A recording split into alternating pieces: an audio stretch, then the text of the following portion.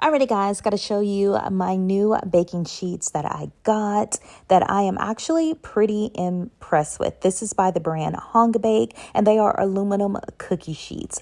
Now this is kind of unboxing the product and showing you, but I have used it maybe half a dozen times since filming and I actually really like these. You're going to get two really sturdy 12 by 17 silver baking sheets. Now you can use these in your home.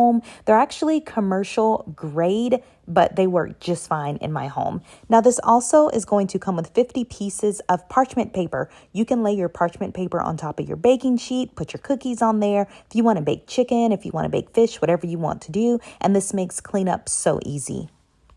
So these little ridges on here is probably what I was most impressed with, but also most confused with at the beginning. These ridges allow for things to be non-stick. It allows for air to kind of circulate under your food, and it's going to give you a crispier texture and all around, it's going to make it done, and it's not going to cook as long as you would need to using regular cookie sheets. Like I said, you get two pans. You're going to get 50 non-stick baking sheets, and this is an awesome addition to add to your kitchen.